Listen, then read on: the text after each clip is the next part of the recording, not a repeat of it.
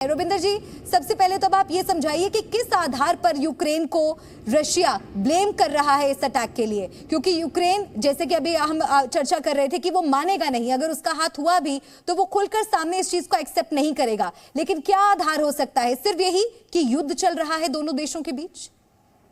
जी हाँ, एक ही आधार है। और एक्चुअली ये जो ड्रोन की आज विजुअल्स आ रही हैं, पिछले हफ्ते एक या दो ड्रोन्स और आए और गिरे थे मॉस्को के ऊपर, जिनकी इन्वेस्टिगेशन चल रही थी, राइट।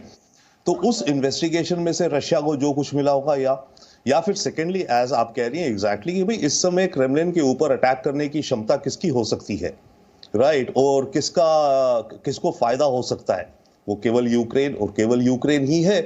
तो इस बूते पे रशिया डेफिनेटली कहेगा कि ये यूक्रेन ने है, और आज की दुनिया या कभी भी। क्या यूक्रेन सक्षम है? आपको लगता है कि यूक्रेन ये कदम उठाएगा? क्या ये उकसावे वाली कार्रवाई नहीं होगी रूस के खिलाफ?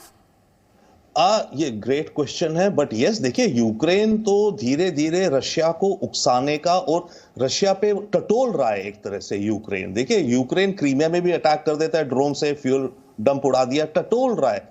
क्रीमिया की तरफ अभी उसकी क्षमता नहीं है पूरी आर्मी अपनी फोर्सेस के साथ जाने की, और अगर जाएगा भी तो रशिया से बहुत बड़ी जंग होगी। परंतु ड्रोन के द्वारा देखिए उसने कल फ्यूल डंप उड़ा दिया पूरा इनका नेवल बेस के पास में, क्रीमिया में। तो इस तरह से यूक्रेन धीरे धीरे टटोल रहा है, और वेस्ट और अमेरिका और नेटो यूक्रेन को कुछ हद तक एनकरेज तो नहीं कर रहे, पर उसको लंबी रोप दे रहे हैं, लॉन्ग रोप दे रहे हैं, कह रहे हैं कि चलो ठीक है। अव्वल तो वो यूक्रेन को रोक रहे हैं कि तो रशिया के साथ ऐसा मत करो कि रशिया बौखला के एक बड़ा कुछ और कर दे, right. But at the same time western, NATO, American, Ukraine सब मिलके टटोल रहे हैं कि कहां हम रशिया को कितनी हद तक इफेक्ट कर सकते हैं और रशिया का रिस्पॉन्स क्या आएगा।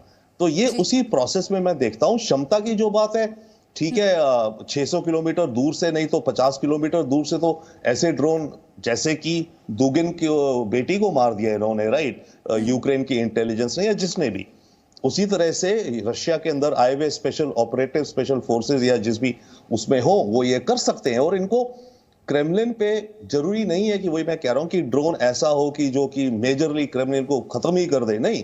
एज लॉन्ग एज एक ड्रोन वहां पहुंच गया, चाहे उसने 1 किलो का बम भी गिरा दिया क्रेमलिन के ऊपर, बहुत बड़ी बात है। रशिया की आंच पर धब्बा पड़ेगा।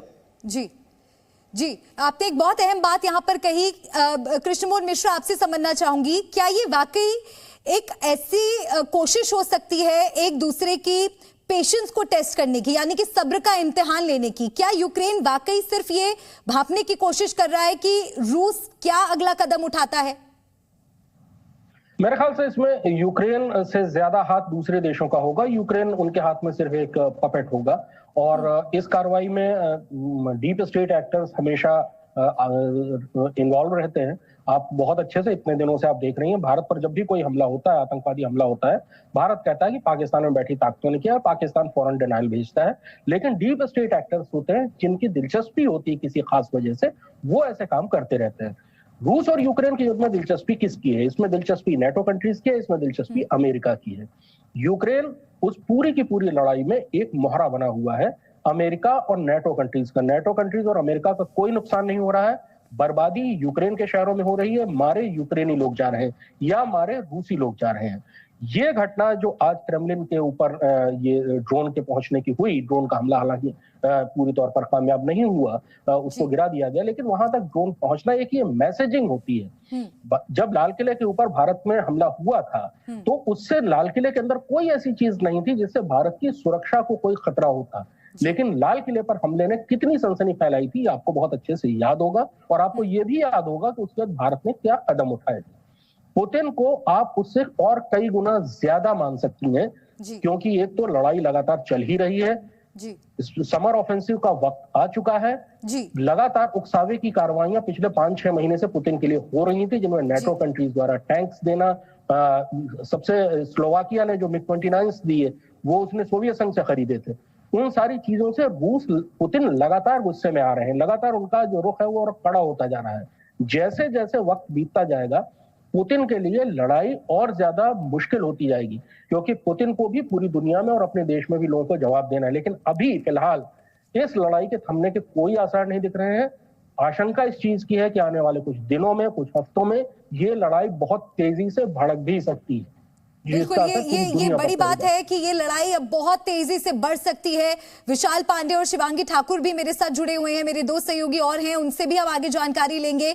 लेकिन इस बीच ये बड़ी खबर आपको एक बार फिर से हम बता दें, ये बड़ी खबर है और ये तस्वीरें जो आप देख रहे हैं, क्रेमलिन पर ये जो ड्रोन से हमला हुआ है, ये दिखाता है कि ये जो युद्ध जो साल भर से ऊपर चल रहा है, ये अभी और तीव्र होगा।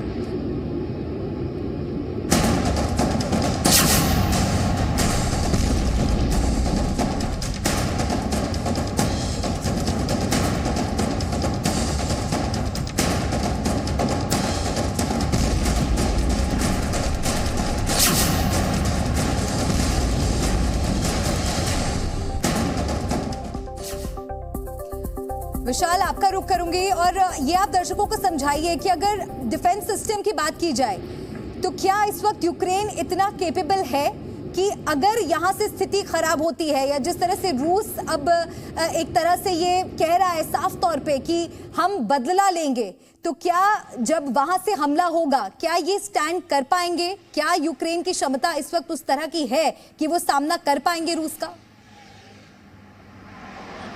देखिए मल्लिका, यूक्रेन पिछले 1 साल से ज़्यादा का वक्त बीत चुका है जब से रूस के साथ युद्ध में है, और यूक्रेन के कई शहर तबाह हो गए हैं। यूक्रेन के जो आम नागरिक हैं उनकी मौत भी हुई है, रूसी जो सैनिक हैं उनकी भी मौत हुई है। लेकिन ऐसी स्थिति में यूक्रेन के पास जो सपोर्ट मिल रहा है वो नेटो के जो सदस्य देश हैं उनकी तरफ से सपोर्ट मिल रहा है, अमेरिका की तरफ से सपोर्ट मिल रहा है। ऐसी स्थिति में यूक्रेन लगातार ये कह भी रहा है कि वो रूस का मुकाबला करेगा, जो उसकी ज़मीन रूस के हिस्से में गई है उसको वापस लाने का प्रयास करेगा और उसके लिए वो आगे बढ़ेगा। लेकिन रूस भी किसी भी तरह से अब तक 1 साल से जो वक्त बीता है युद्ध का, बिल्कुल भी कहीं भी नरम पड़ता हुआ दिखाई नहीं दे रहा है। रूस लगातार अपने आप को और आगे बढ़ाने का प्रयास कर रहा है, और ऐसी स्थिति में भले ही रूस पर तमाम बंदिशें लगी हों, तमाम प्रतिबंध लगे हों अलग अलग देशों के द्वारा, लेकिन रूस फिर भी अपने आप को कहीं भी पीछे हटता हुआ इस मामले में दिख नहीं रहा है। अब जब क्रेमलिन पर हमले का प्रयास हुआ है, इसके बाद रूस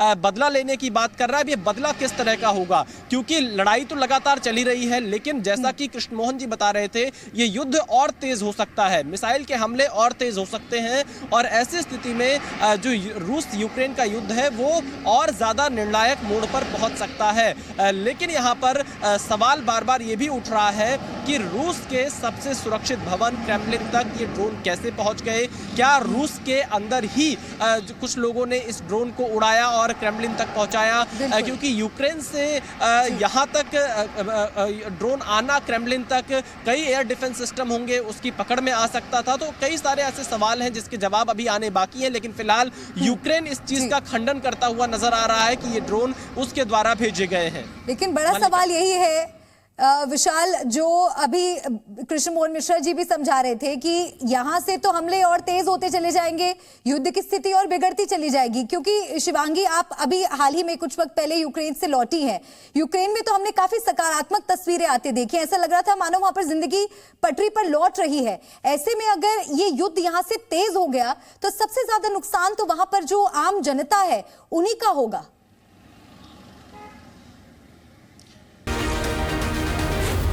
जी